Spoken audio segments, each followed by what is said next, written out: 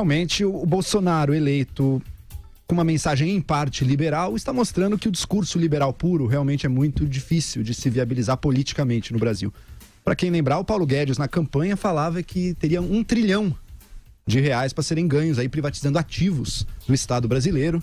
Ele citou numa entrevista, até chegou a dizer, olha, o Bolsonaro não quer privatizar tudo, mas algumas coisas a gente fica insistindo que são importantes. Petrobras, Caixa, Banco do Brasil.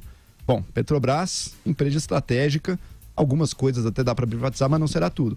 Caixa e Banco do Brasil, justamente o que Bolsonaro cita agora como não estando no radar das privatizações aí. O Guedes ainda fala hoje em dia de cerca de 800 bilhões que poderia ser conseguidos com privatizações das empresas estatais, só que isso inclui essas empresas, né? Então a gente tem que lembrar que, ou seja, o que o Estado brasileiro ganhará com as privatizações certamente ficará bem aquém disso. Por um lado é ruim, por um lado sim, porque a privatização adiciona produtividade, eficiência e economia, mas por outro, pessoal, vamos ter clareza de uma coisa. O rombo fiscal do Estado brasileiro não é passível de ser solucionado, de ser coberto pelas privatizações. Então não tenhamos a privatização como grande pote de ouro no fim do arco-íris, porque ele não soluciona nossos problemas. O problema do Estado brasileiro é operacional.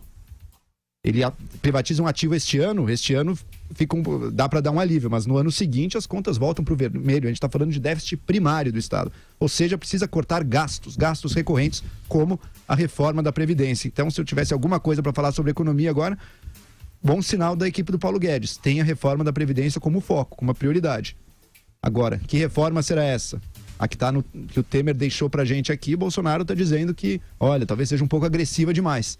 Então, que reforma será? Será uma reforma substancialmente menos agressiva? Aquela ideia de mudar um ano, por exemplo, a idade mínima da aposentadoria?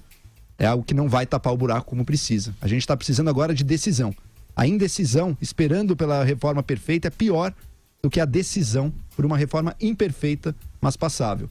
E é isso que a gente está esperando agora. Não vamos focar tanto em privatizações no primeiro momento, porque realmente a primeira prioridade, o mais importante para o Brasil agora, é a reforma da Previdência.